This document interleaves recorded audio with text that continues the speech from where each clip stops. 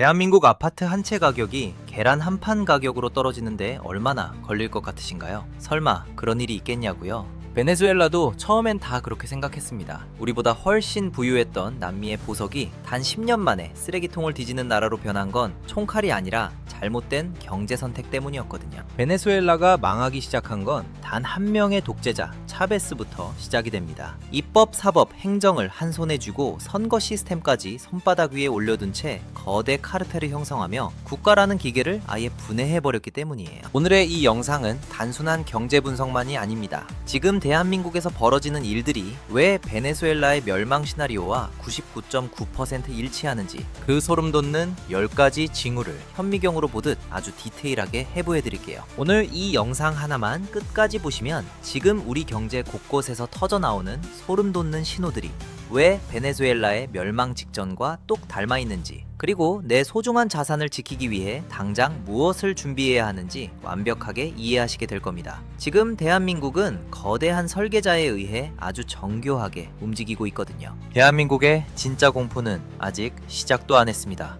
반갑습니다. 오싹한 경제입니다. 오늘은 대한민국이 제2의 베네수엘라로 확정되는 순간 나타나는 3가지 징후를 넘어 국가 시스템 자체가 해체되는 10가지 평행이론에 대해 아주 깊숙하게 파헤쳐 보려고 합니다. 지금 우리 눈앞에서 벌어지는 사법개혁, 입법 독재, 그리고 부정선거 의혹까지 이 모든 것이 어떻게 여러분의 지갑을 털어가고 화폐를 쓰레기로 만드는지 그 공포스러운 메커니즘을 전부 정의해 드릴게요. 여러분, 오늘 이 영상은 정말 중요합니다. 끝까지 보셔야 살아남을 방법을 찾으실 수 있습니다. 본론으로 들어가기 전 구독과 좋아요 제발 한 번씩 꼭 부탁드립니다. 자, 우선 우리가 가장 먼저 주목해야 할 지점은 뭘까요? 바로 사법부의 함락입니다. 베네수엘라의 차베스와 마두로가 가장 먼저 한 일이 뭔지 아십니까? 바로 사법개혁이라는 이름의 사법부 장악이었습니다. 당시 베네수엘라 대법원은 정권의 실체계 제동을 걸 수 있는 유일한 기관이었죠. 그러자 차베스는 어떻게 했느냐? 대법관 숫자를 기존 20명에서 32명으로 대폭 늘려버렸습니다. 소위 말하는 코트 패킹, 즉 대법관 증원을 통해 자기 편 사람들로 사법부를 꽉 채워버린 겁니다. 지금 대한민국 국회에서 벌어지는 일들을 보세요. 사법개혁이라는 명분으로 판사들을 압박하고 대법관 숫자를 늘리려고 사법제도를 개편하며 법원 행정처를 장악하려는 시도가 끊이지 않죠.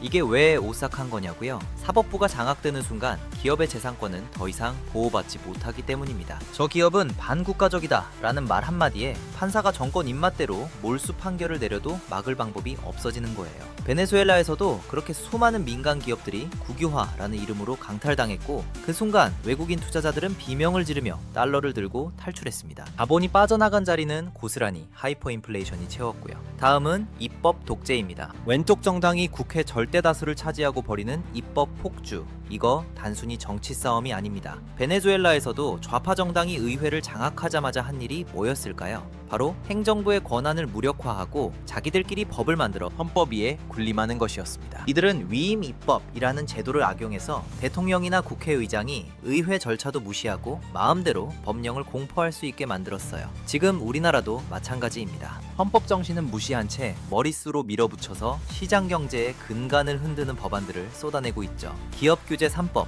노란봉투법, 그리고 반시장적인 각종 규제들. 이런 법안들이 통과될 때마다 대한민국 경제라는 엔진에는 소금물이 뿌려지는 겁니다. 입법부가 정당의 사유물이 되는 순간 법은 더 이상 약자를 지키는 방패가 아니라 국민의 재산을 털어가는 강도의 칼이 되는 겁니다. 대한민국 역시 입법부를 장악했으며 사법부와 헌법재판소를 비롯한 사법기관을 서서히 압박하며 장악하고 있습니다. 그리고 대통령이라는 이름으로 행정부까지 장악했고 심지어 언론까지 장악하며 마침내 완벽한 마침표를 찍었습니다. 삼권 분립은 실종됐고 견제와 균형은 사라졌으며 모든 권력이 하나로 합쳐진 기괴한 완전체가 탄생한 겁니다. 여러분, 삼권 분립이 없는 나라는 북한 같은 공산국가 말고는 없습니다. 경쟁이 사라진 권력은 반드시 부패하고 그 부패의 비용은 국민의 혈세로 메워지는 법입니다. 이게 왜 소름 끼치는 일인지, 대한민국 경제에 어떤 비극을 불러올지 지금부터 낱낱이 파헤쳐드리겠습니다. 자, 먼저 많은 분들이 착각하고 계시는 주가지수의 미스터리를 풀어드릴게요. 베네수엘라 경제가 폭망하던 시절, 놀랍게도 카라카스 증권거래소의 주가지수는 세계에서 가장 높은 상승률을 기록했습니다. 1년에 수천 %씩 올랐어요. 아니, 경제가 망하는데 주가가 왜 올라? 라고 생각하시겠죠? 그게 바로 화폐가치 하락의 역설입니다. 화폐가치가 휴지 조각이 되니까 사람들이 현금을 들고 있으면 손해라는 생각에 주식이든 뭐든 실물 자산으로 미친 듯이 돈을 몰아넣은 거예요. 우리나라도 천천히 베네수엘라급 급행열차를 타고 있습니다. 환율이 상승하며 코리아 디스카운트니 뭐니 난리난 상황임에도 우리나라 증시는 코스피 4,500선을 뚫으며 사상 최고가를 연일 달성하는 큰 상승폭을 보이고 있습니다. 코스피를 견인한 건 삼성과 SK 하이닉스지만 2026년 6월 지방선거를 앞두고 특정 정치인과 엮인 이른바 포퓰리즘 테마주들이 실적과 상관없이 연일 상한가를 치고 있습니다. 이건 굉장히 위험한 신호입니다. 실물 경제는 국방비도 못 줄 정도로 거덜나고 있는데 특정 정치 세력과 결탁한 자금들이 증시를 교란하고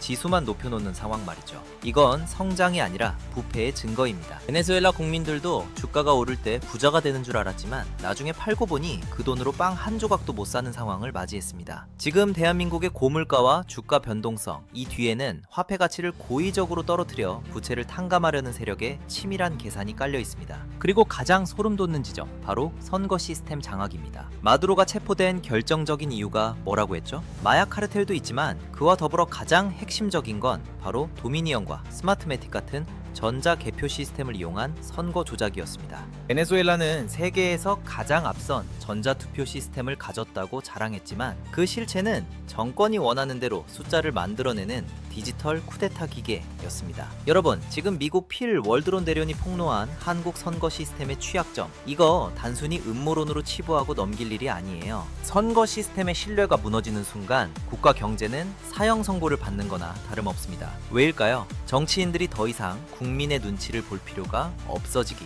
때문입니다. 선거의 승패가 투표함 속 민심에 있는 게 아니라 중앙선관위 서버의 보안 구멍에 달려있다면 그들이 굳이 국민들 눈치 보며 경제를 살리고 민생을 돌볼 이유가 있을까요? 그냥 돈 뿌려서 환심 사고 시스템 뒤에 숨으면 그만인 거죠. 결국 부정선거 의혹은 경제 파탄의 가속 페달인 셈입니다. 현재 전 세계적으로 선거 시스템에 대한 결함의 흔적들이 다수 발견되고 있지만 유독 대한민국에선 이를 음모론이라는 프레임에 가둡니다. 언론의 가스라이팅 때문일까요? 하지만 팩트를 보십시오.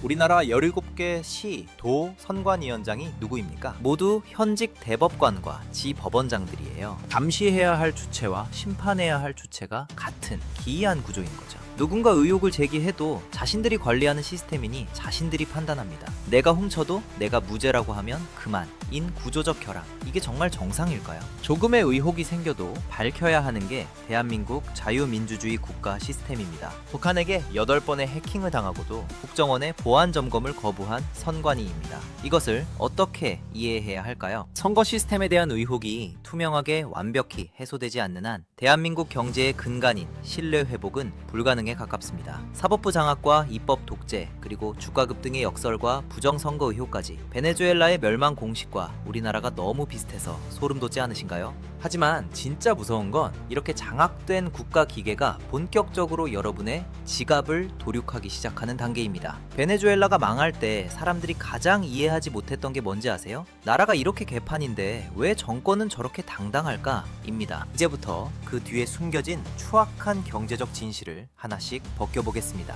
최근 이재명 우리 동네 대표가 베이징에 가서 시진핑과 정상회담을 했습니다. 그리곤 중국산 휴대폰 샤오미의 화질이 좋다며 함께 찍은 사진을 자랑하듯 SNS에 글을 올렸어요. 그가 올린 댓글에 인도인으로 추정되는 네티즌이 선생님, 베네수엘라 마두로도 같은 스마트폰을 썼다는 사실을 알고 계십니까? 라는 글을 남겼어요. 이것 때문에 중국인들이 답글을 달고 난리가 났었는데 이제는 하다하다 인도인들까지 우리 정치 상황을 조롱하고 있는 참으로 국격이 떨어지는 상황인 거죠. 이게 그냥 웃고 넘길 일이 아닙니다. 전 세계 시장이 한국을 바라보는 시선이 베네수엘라를 보던 그 차가운 시선으로 변하고 있다는 뜻이니까요. 자, 여기부터 정말 소름 끼치는 부분이에요. 대만 언론을 통해서 폭로된 이른바 사요사답이라는 미략의 실체인데요. 이재명 정부 측에서는 사실 무근이라고 말하고 있지만 그 내용을 자세히 뜯어보면 왜 이게 우리 경제의 사형 선고인지 바로 알 수 있습니다. 중국이 요구했다는 내용들을 보세요. 하나의 중국 정책을 준수하라. 미국과의 국방 협력을 중단하라.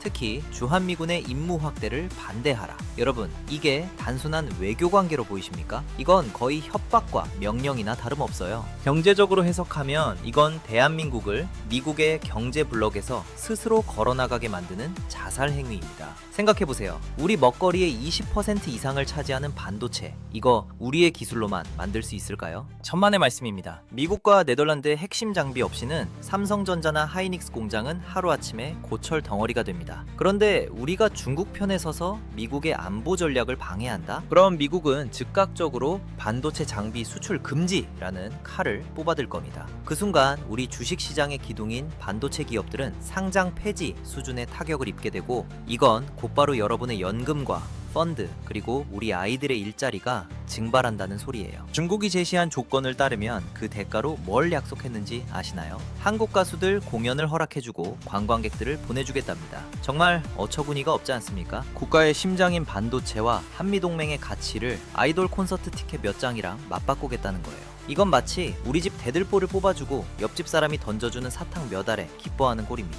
이게 바로 베네수엘라가 멸망의 길로 들어섰을 때 했던 전형적인 실수예요. 여기서 우리가 주목해야 할 지점이 하나 더 있습니다. 바로 서해 바다의 주권 포기 논란이에요. 이재명 우리 동네 대표가 시진핑을 만나서 서해를 평화와 공영의 바다로 만들자고 했죠. 중국의 불법 구조물에 대해서 건설적인 협의를 하겠다고요. 여러분, 이건 외교가 아니라 우리 영해를 사실상 공동 관리라는 명목하에 내어주겠다는 항복 선언입니다. 우리가 독도 수호에는 그토록 목소리를 높이면서 왜 중국이 우리 서해 앞마당에 말뚝을 박고 야금야금 영토를 넓히는 데는 입을 닫고 있는 겁니까? 여당도 언론도 이 고요할 정도의 침묵은 도대체 무엇을 의미하는 걸까요? 경제적으로 보면 서해는 대한민국 물류의 핵심 동맥입니다. 이곳에 중국의 간섭이 시작되는 순간 우리 물류 비용은 폭등하고 서해안 공단들은 서서히 고사하게 될 겁니다. 주권이 무너진 경제는 모래 위에 쌓은 성일 뿐이니까요. 안보가 무너진 여러분의 비즈니스도 자산도 한순간에 신기루처럼 사라질 수 있다는 걸 잊으시면 안 됩니다. 이건 단순히 외교적 자존심 문제가 절대 아닙니다. 베네수엘라의 마두로를 보세요. 미국과 척을 지고 나서 가장 먼저 달려간 곳이 어디입니까? 바로 중국과 러시아였습니다. 중국으로부터 수백억 달러의 차관을 빌려오면서 베네수엘라는 자국 핵심 자원인 석유의 채굴권과 운영권을 통째로 넘겨줬습니다. 지금 대한민국에서 벌어지는 일들도 판박이입니다. 미국이라는 거대한 집주인이 너네 계속 중국 편들 거야? 그럼 반도체 장비 안 줄 거야? 라고 경고하는데도 굳이 중국에 가서 셀카를 찍고 하나의 중국을 지지한다고 했어요. 이게 뭘 의미하느냐? 대한민국의 핵심 기술과 서해안의 지정학적 가치를 중국에 헐값에 넘기고 대신 정권의 안위를 보장받겠다는 경제적 노예 계약입니다. 반도체가 무너지고 서해 주권이 넘어가면 여러분이 가진 삼성전자 주식이나 서해안 인근 부동산 가치는 어떻게 될까요? 중국의 하청기지로 전락한 나라의 자산 가치는 베네수엘라처럼 영원으로 수렴하게 되는 겁니다. 이 과정에서 나타나는 가장 오싹한 경제 현상이 바로 화폐 가치 하락과 고물가입니다. 베네수엘라는 포퓰리즘 정책을 유지하기 위해 미친 듯이 돈을 찍어냈습니다. 그 결과가 어땠나요? 하이퍼 인플레이션입니다. 아침에 1,000원 하던 계란 한 판이 점심에 10,000원이 되고 저녁엔 10만 원이 드는 지옥이죠. 지금 우리나라도 보세요. 물가가 잡힌다고요? 천만의 말씀입니다. 국가 부채는 이미 1,100조를 넘었고 국방비조차 연말에 미지급할 정도로 곳간이 비었습니다. 그런데도 계속해서 기본소득이니 민생지원금이니 하며 돈을 뿌리겠다고 하죠. 이건 복지가 아니라 보이지 않는 세금입니다. 화폐 가치를 떨어뜨려서 국민의 실질 자산을 빼앗아 정권의 빚을 갚는 아주 사악한 수법이에요. 여러분이 평생 모은 1억 원이 1년 뒤에 라면 한 박스 값도 안 되게 만드는 것. 그게 바로 현재 포퓰리즘 정권이 경제를 통제하는 방식입니다. 돈을 뿌려주니 처음엔 좋겠죠. 하지만 그 돈을 들고 시장에 갔을 때 살 수 있는 게 아무것도 없다는 걸 깨닫는 순간 여러분은 이미 정권의 노예가 되어 있는 겁니다. 자, 여기서 잠깐 듣고 계신 분들을 위해 여러분의 구독과 좋아요 한 번만 부탁드립니다. 대한민국이 베네수엘라의 전철을 밟지 않도록 깨어있는 시민들의 힘을 보여주세요. 여러분, 이제 조금 더 깊숙이 들여다보겠습니다. 베네수엘라는 행정, 입법, 사법부를 독재자에게 장악당했고 시위를 탄압했습니다. 베네수엘라 마두로 정권이 가장 무서워했던 게 뭘까요? 바로 굶주린 국민들의 분노입니다. 그래서 그들은 공권력을 이용해 시위를 잔인하게 진압했습니다. 그런데 단순히 최루탄을 쏘는 수준이 아니었어요. 시위 진압 과정에서 수많은 사상자가 발생할 정도로 강압적이었고 잔인한 수준이었습니다. 그리고 경제적 수단을 동원해 목줄까지 옥죄였습니다. 정부에 반대하는 시위에 참여하는 국민들은 식량 배급 카드인 조국 카드를 정지시키고 직장에서 해고하며 계좌를 동결해버렸어요. 지금 대한민국에서도 비슷한 징후가 보이지 않습니까? 특정 정당을 비판하거나 정권의 실책을 지적하면 극우라는 프레임을 씌워 내란 세력으로 몰아세우고 사법부를 동원해 입을 막으려 하죠. 특히 68명의 국회의원은 마두로를 옹호하는 성명서까지 냈어요. 정작 베네수엘라 국민들은 미국에게 감사하다며 온통 축제 분위기인데 각종 시민단체와 정치권에서는 트럼프를 규탄한다는 성명서를 내고 있습니다. 이게 왜 무섭냐고요? 그들은 이미 법보다 정권의 안위가 우선인 체제에 동조하고 있다는 뜻입니다. 행정 권력으로 경찰과 검찰을 압박하고 입법 권력으로 자기들 지키는 법을 만들고 사법 권력으로 반대파에게 유죄를 때리는 시스템. 이 삼박자가 갖춰지는 순간 여러분은 내 집 앞마당에서 시위 한번 못 해보고 재산을 몰수당할 수도 있습니다. 베네수엘라에서도 중산층들이 처음엔 설마 우리 집까지 뺏겠어? 라고 안일하게 생각했습니다. 하지만 정권은 토지개혁과 임대료 규제라는 명목으로 사유재산권을 완전히 파괴했습니다. 건물주를 악마화하고 세입자들을 선동해서 표를 얻은 뒤 결국은 건물주와 세입자 모두를 국가 배급망에 종속시켜버렸죠. 지금 우리나라에서 벌어지는 각종 부동산 규제와 반기업 정서 선동, 이거 베네수엘라에서 이미 20년 전에 써먹었던 수법입니다. 결국 이 모든 과정의 종착역은 국가의 거대 수용소를 만드는 것입니다. 선거는 마음대로 조작할 수 있고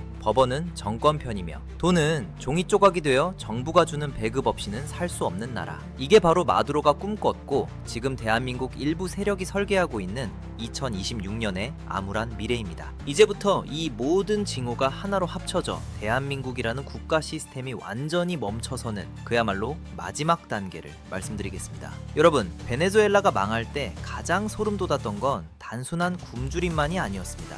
좀 전에 말씀드렸다시피 국가가 법의 이름으로 국민들의 모든 사유재산을 합법적으로 강탈하기 시작했다는 게 무서운 거예요. 그 시작점이 바로 여러분이 지금 보시는 대법관 증원과 사법부 장악이었습니다. 2004년 베네수엘라의 차베스가 대법관을 20명에서 32명으로 늘렸을 때 사람들은 조금 더 합리적인 판단을 내리겠네? 라며 별 신경도 안 쓰고 안일하게 생각했죠. 하지만 결과는 어땠나요? 그 늘어난 자리를 모두 친정부 인사로 채우는 순간 베네수엘라 대법원은 행정부의 도구로 전락했습니다. 10년 동안 정권에 반대되는 판결이 단 한 건도 나오지 않았다는 게 믿겨지십니까? 지금 대한민국 국회에서 나오고 있는 대법관 26명 증원 법안, 이거 어디서 많이 본 그림 아닙니까? 이 법이 통과되는 순간 현재의 정권과 다수당은 자기 입맛에 맞는 판사들로 사법부를 도배할 겁니다. 그렇게 되면 어떤 일이 벌어지는지 아세요? 여러분들이 땀 흘려 일해서 산 아파트, 여러분이 일군 중소기업, 정권이 이건 반국가 극우 세력의 자산이다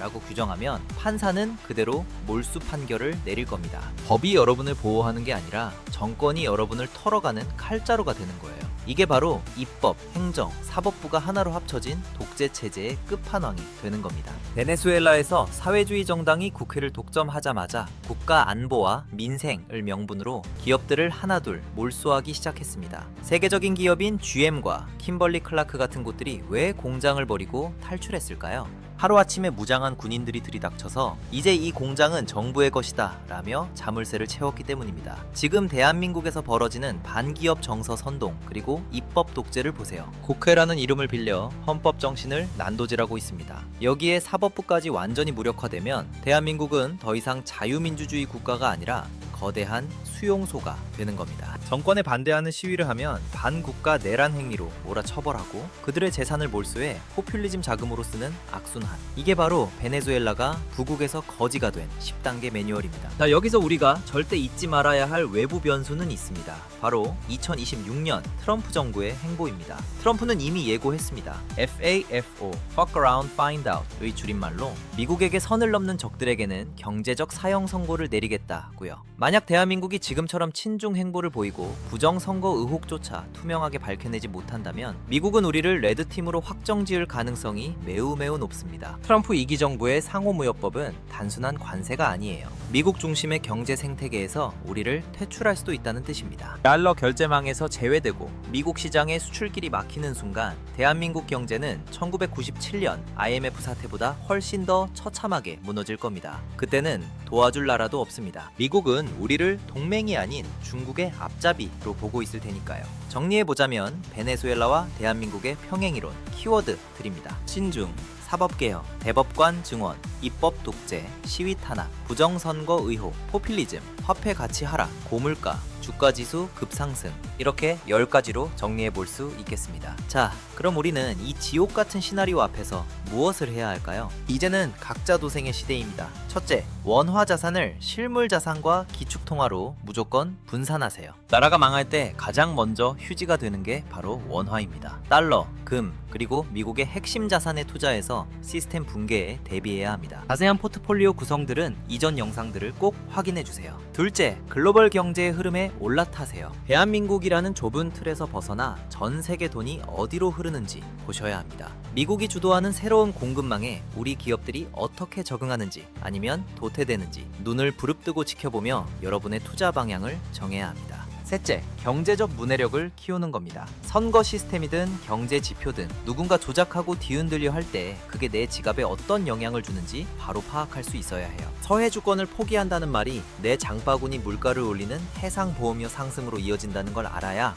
목소리를 낼 수 있는 겁니다. 침묵하는 대가는 결국 여러분의 전 재산이 될 수도 있다는 사실을 명심하세요. 넷째, 정치적 목소리를 내는 것을 두려워하지 마세요. 사법부가 장악되고 입법 복제가 판을 칠 때 국민이 침묵하면 그 침묵은 고스란히 여러분의 재산 몰수로 돌아옵니다. 지금 서해 주권 문제, 국방비 미지급 사태, 그리고 부정선거 의혹에 대해 끊임없이 질문하고 감시해야 합니다. 지금 같은 시기에 침묵하면 나중에 목소리를 내고 싶어도 못 낼 수도 있거든요. 여러분, 2026년은 대한민국 역사상 가장 오싹한 한 해가 될지도 모릅니다. 하지만 위기는 곧 기회라고도 하죠. 시스템이 무너지는 걸 미리 알고 준비하는 사람에게는 이 혼란이 새로운 불을 창출하는 기회가 될 수 있습니다. 베네수엘라에서도 미리 준비하고 자산을 달러나 금으로 바꾼 소수의 사람들은 오히려 그때보다 더 부유하게 잘 살고 있습니다.